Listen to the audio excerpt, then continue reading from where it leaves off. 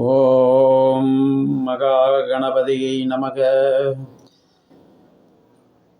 அன்பும் சிவமுமாகிய உங்கள் அனைவருக்கும் வணக்கம். உங்கள் ஆம்பூர் ஆஸ்ட்ரோ அசோகன். இப்போது இந்த பதிவில் நம்ம என்ன பார்க்கலாம் அப்படின்னா, 4 வகையான நட்சத்திரங்கள் அப்படின்றத பற்றி பார்க்கலாம். பார்க்கறதுக்கு முன்னாடி இந்த வீடியோவை கிளிக் பண்ணிக்கோங்க, சப்ஸ்கிரைப் பண்ணிக்கோங்க, பார்த்துட்டு கமெண்ட் பண்ணுங்கள். ஏன்னு கேட்டால் இந்த அடுத்தடுத்து ஜோதிட ரீதியாக பதிவுகளை வெளியிடறதுக்கு நல்ல வாய்ப்புகள் அமையும். அப்படின்றதுனால கிளிக் பண்ணிக்கோங்க, கமெண்ட் பண்ணுங்கள். இப்போது இந்த பதிவில் பார்க்கலாம் வாங்க. அதாவது 12 ராசி கட்டம். அந்த 12 ராசி கட்டத்தை 27 நட்சத்திரங்கள் சூழ்ந்து நடந்து கொண்டிருக்கிறது.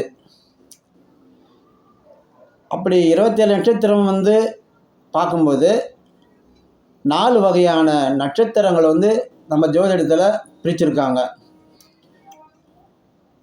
அப்படி பார்க்கும்போது அந்த 4 வகையான நட்சத்திரங்களில் குருட்டு நட்சத்திரம், ஒற்றைக்க நட்சத்திரம், இரட்டைக்க நட்சத்திரம், செபட்டு நட்சத்திரம்னு சொல்லிட்டு பிரிச்சிருக்காங்க.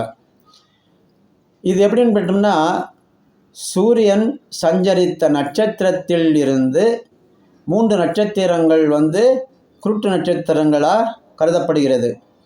அதன் பிறகு வரும் 9 நட்சத்திரங்கள் ஒற்றைக்க நட்சத்திரங்களாக கருதப்படுகிறது. அதன் பிறகு வரும் 12 நட்சத்திரங்கள் இரட்டைக்க நட்சத்திரம் என்று பிரிச்சிருக்காங்க. அதன் பிறகு வரும் 3 நட்சத்திரங்கள் செவிட்டு நட்சத்திரமாக என்று அழைக்கப்படுகிறது. இப்படி பார்க்கும்போது முதல்ல குருட்டு நட்சத்திரம், அதில் திருமணம் செய்தோம்னா குழந்தை பிறப்புகள்ன்றது வாய்ப்பு குறையும். அடுத்து ஒற்றைக்க நட்சத்திரத்தில் திருமணம் செய்தால் குழந்தைகள் பிறந்து மரிக்கலாம் என்ற வாய்ப்புகள் உள்ளது.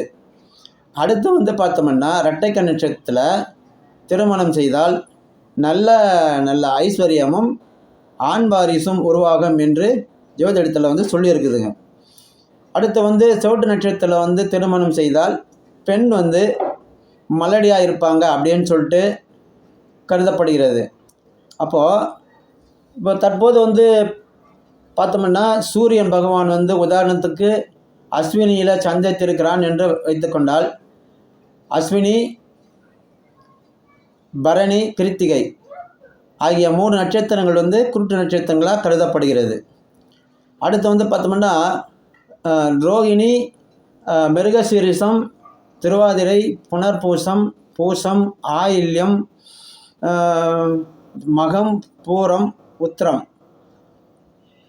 இந்த 9 நட்சத்திரங்கள் ஒற்றைக்க நட்சத்திரங்களாக கருதப்படுகிறது.